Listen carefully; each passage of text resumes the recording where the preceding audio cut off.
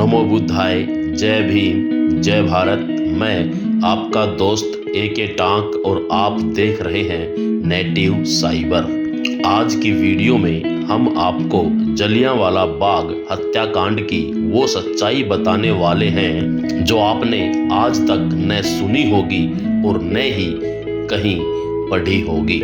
तो चलिए वीडियो को शुरू करते हैं। जलियांवाला बाग हत्याकांड की बड़े ही जोर शोर से चर्चा की जाती है और हर साल इस घटना को याद किया जाता है, लेकिन इस हत्याकांड के संबंध में जो वास्तविकता थी उसे उजागर करने में कलम कसाईयों के पेन की स्याही सूख जाती है।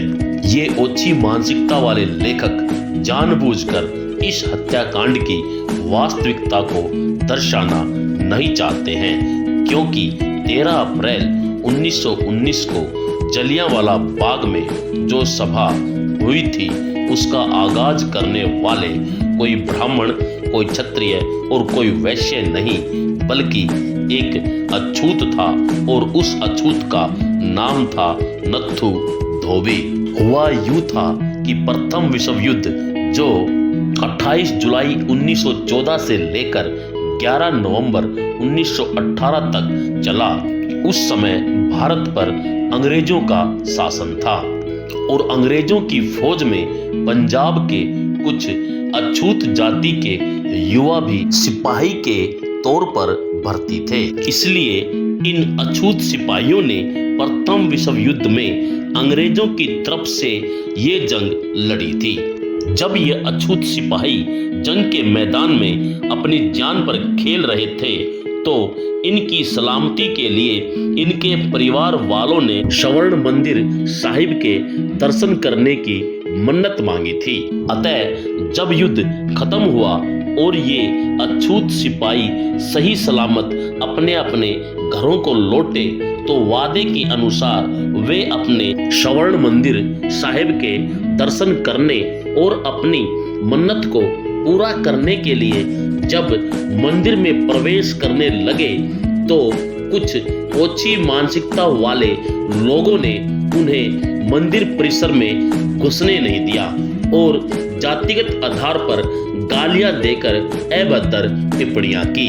अपने इसी मान सम्मान के हक अधिकार के लिए नत्थू धोबी ने 13 अप्रैल 1919 को जलियांवाला बाग में अछूतों की एक सभा बुलाई। चूंकि जलियांवाला बाग स्वर्ण मंदिर के करीब था, इसलिए सभा के लिए इस जगह का चयन किया गया और फिर जब 13 अप्रैल को भारी संख्या में अछूत या दलित कहे जाने वाले लोग सभा में शामिल हुए तो अकाली जत्थेदार ज्ञानी अरूर सिंह ने इसकी सूचना अंग्रेज governor general Reginald Edward Harry Dyer को दी और ये झूठ बोला कि कुछ भारतीय क्रांतिकारी अंग्रेजी हुकूमत की नीतियों के खिलाफ जलियांवाला बाग में प्रदर्शन कर रहे हैं।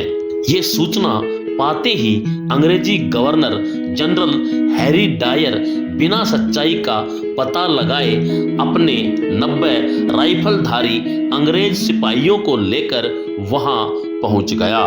चूंकि बाग में केवल एक ही दरवाजा था और उसी दरवाजे पर गवर्नर जनरल हैरी डायर ने तोप रखवा दी। जब नत्थू धोबी ने ये सब देखा तो उसने अपने सभी मौजूदा लोगों को शांत बैठे रहने के लिए कहा। उसके बाद बिना कोई चेतावनी दिए गवर्नर जनरल हैरी डायर का आदेश पाते ही उन अंग्रेज सिपाहियों ने उन निर्बल और निहत्थे लोगों पर अंधाधुंध गोलियां चलानी शुरू कर दी और देखते ही देखते अछूतों की जमा भीड़ लाशों के ढेर में तब्दील हो गई। इस दिल दहला देने वाले कांड में सभा के संयोजक नत्थू धोबी के साथ साथ बुद्धराम चूड़ा, मंगल मोची, दुलियाराम धोबी जैसे कुछ प्रमुख कार्यकर्ता भी शहीद हो गए। वैसे अंग्रेजी आंकड़े के अनुसार करीब 200 लोग इस घटना में मारे गए और काफी संख्या में लोग अंगहीन हो गए।